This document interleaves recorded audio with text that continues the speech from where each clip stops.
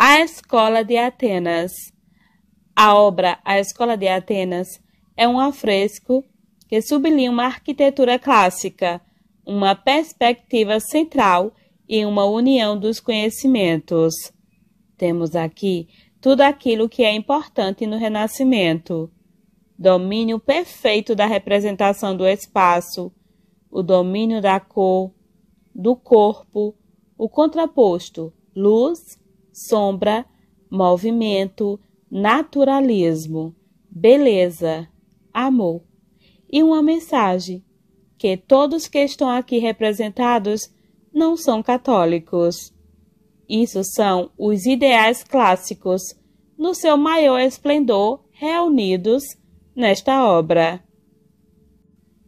Observe a linha do horizonte, a perspectiva, a profundidade, o ponto de fuga no centro e as linhas que unem-se ao ponto de fuga.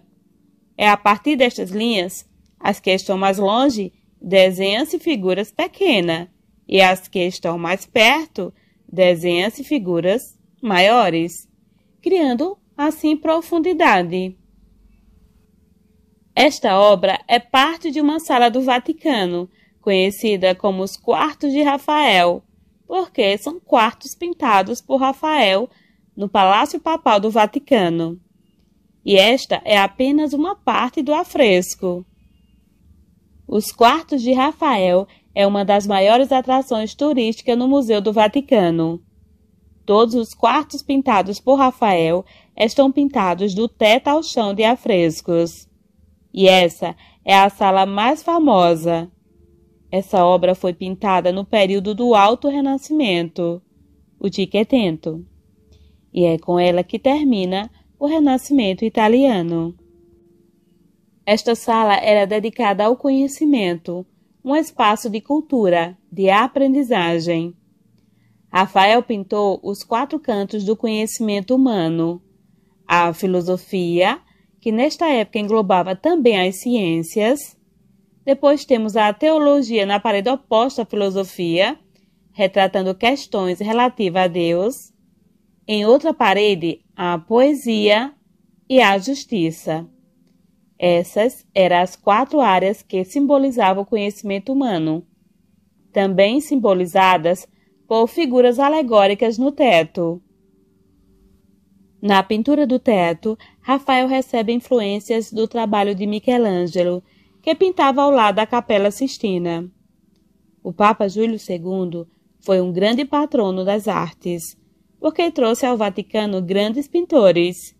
Este é um momento liberal dentro da Igreja, e isso explica-se pelo fato de um afresco dedicado à teologia acompanhar no mesmo nível e no mesmo espaço com o conhecimento humano, o classicismo humanista, aliado ao ensinamento espiritual da Igreja.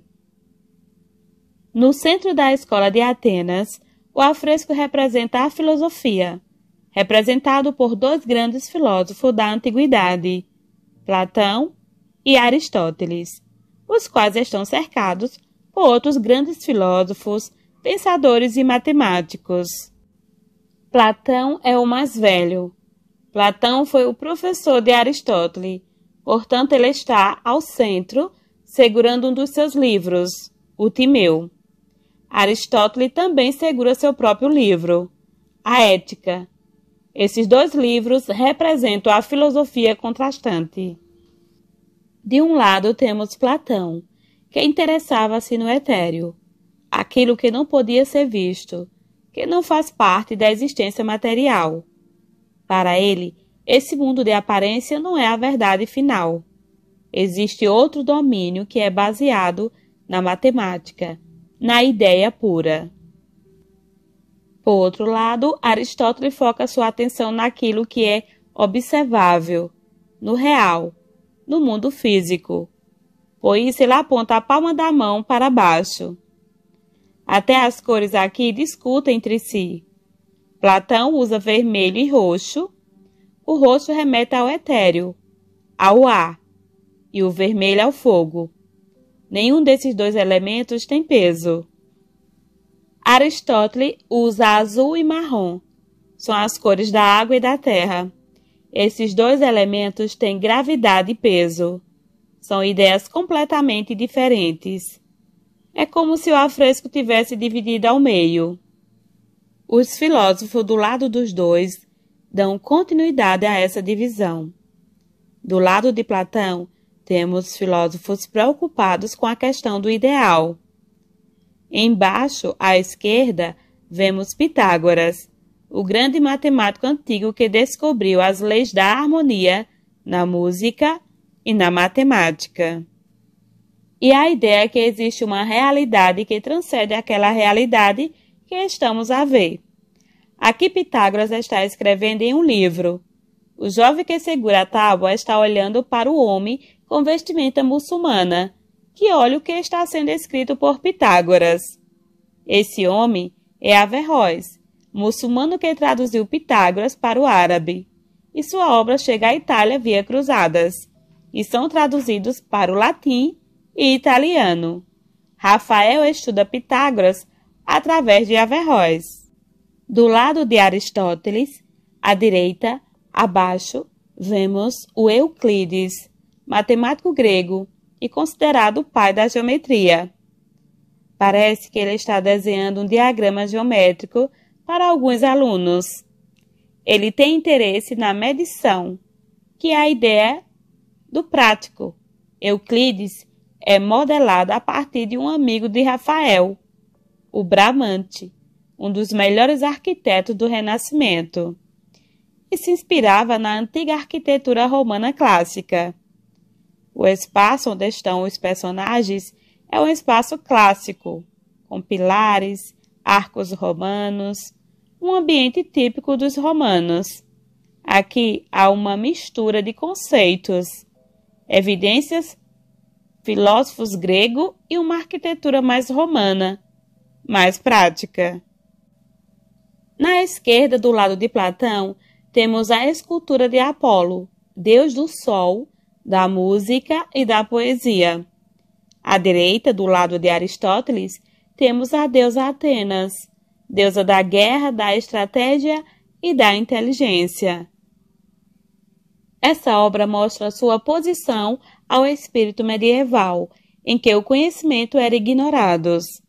Rafael não colocou nomes dentro do afresco. Os únicos identificados são os livros de Platão e Aristóteles. É preciso ter conhecimento de filosofia, matemática, música, para perceber quem são essas pessoas. Ou seja, nós próprios temos que buscar os conhecimentos. A obra busca mostrar a beleza e o conhecimento. A composição está dividida em direita e esquerda, e o centro está vazio para criar uma perspectiva linear e para abrir caminho para Platão e Aristóteles, ao descer as escadas, vindo de encontro a nós. Nessa escada, temos duas figuras à frente.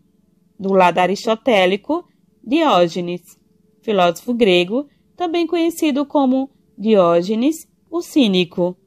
Ele falava através de parábolas, simbolismos, respostas curtas e grossas, mas principalmente por seu modo de viver, seu exemplo próprio.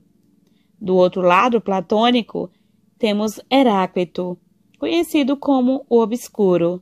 Foi um pensador e filósofo pré-socrático, considerado o pai da dialética.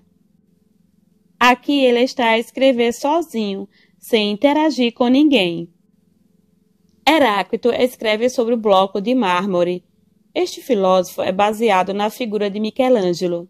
É um retrato de Michelangelo, conhecido pelas suas atitudes solitárias, contemplativas, que não se dava bem com os outros. São características de Michelangelo que Rafael atribui para Heráclito. Heráclito acreditava que tudo sempre estava em movimento, tudo flui e nada é permanente, exceto a mudança. E era o que Michelangelo fazia em sua arte, em sua obra, dar movimento na pedra. Essa figura foi adicionada depois da obra pronta.